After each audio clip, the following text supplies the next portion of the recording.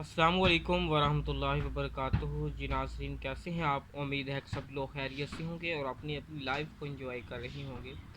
आज की वीडियो का जो टॉपिक है वो है फार्माकोलॉजी। आपको एक बुक जो है इसके बारे में इंफॉर्मेशन देनी है कि व्हाट इज़ फार्माकोलॉजी। फार्माकोलॉजी क्या होती है? फार्मा कहते हैं ड्रग को और कोलॉजी कहते हैं इंटरेक्शन। ड्रग का इंटरेक्शन क्या होता है ऑन ह्यूमन बॉडी पर।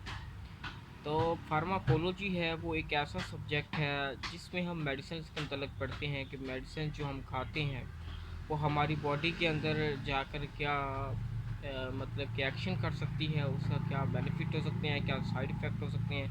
ये सारी चीज़ें हम किस सब्जेक्ट में पढ़ते हैं, इसको हम कहते हैं फार्माकोलॉजी। फार्माकोलॉजी की अगर हम ब्रांचेस की बात करें तो उसकी मेन ब्रांचेस टू हैं।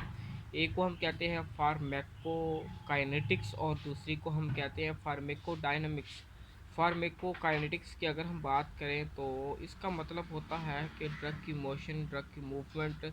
मतलब जब भी हम कोई मेडिसिन, कोई टैबलेट अपने मुंह के ज़रिए से लेते हैं, उसके बाद स्टोमिक में ले जाते हैं, फिर इंटेस्टाइन में, इसके बाद ब्लड वेसल्स होती है अब्सॉर्प्शन के बाद, फिर ब्लड के अंदर चला जाता है, फिर डिस्ट्रीब्यूशन होती है उसकी, और फिर एक्सक्रीशन हो जाती है ड्रग की। ये सारा प्रोसेस हम पढ़ते हैं फार्मेकोकाइनेटिक्स के अंदर। फार्मेकोडायनेमिक्स क्या होते हैं?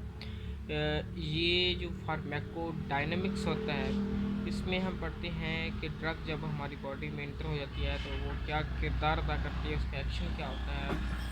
ये इंटरेक्शन जो है इसके बारे में हम पढ़ते हैं, इसको हम कहते हैं फार्मेकोडायनेमिक्स।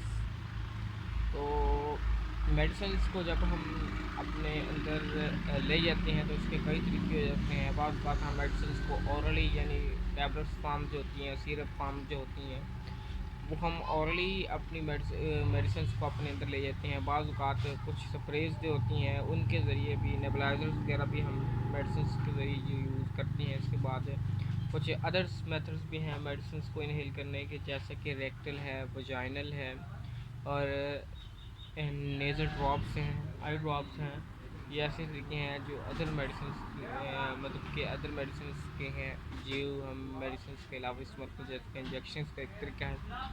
तो सबसे ज़्यादा आपको बता दूं कि जो ज़्यादा असर करने वाला मेथड है वो इंजेक्शन के ज़रिए। अगर कोई पेशेंट जो है वो बहुत ज़्यादा बेहोश पड़ा है, अनकॉशियस पोजीशन है उसकी, तो हम सबसे पहले इसको आईवी इंजेक्शन लगाएंगे, क्योंकि आईवी इंजेक्शन जो होते हैं वो फौरी तौर पर ब्लड के अंदर जाते हैं और अपनी सर्कुलेशन जो है वो ड्रग की वो आगे ले जाता है और मरीज़ जो है वो ठीक हो जाता है। लेकिन अगर हम बात करें टैबलेट फार्म की, ओनली फार्म की, तो ये जो मेथड होता है वो थोड़ा सा स्लो होता है, क्योंकि मेडिसिन जब हम खाते हैं तो वो पहले मुंह में जाती है, फिर इंटेस्टाइन में, फिर स्टोमिक में, फिर उसकी ब्लड में जाती है, फिर ड्रग जो है वो मुतासर हिस्से तक पहुंचती है।